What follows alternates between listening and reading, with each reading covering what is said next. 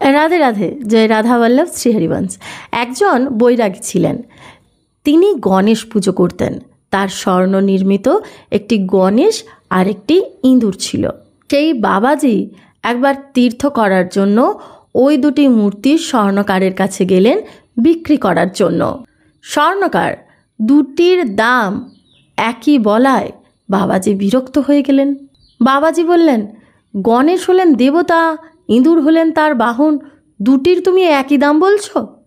স্বর্ণকার বললেন, বাবাজি, আমি ইঁদুর আর গণেশ কিছুই কিনছি না, আমি সোনা কিনছি।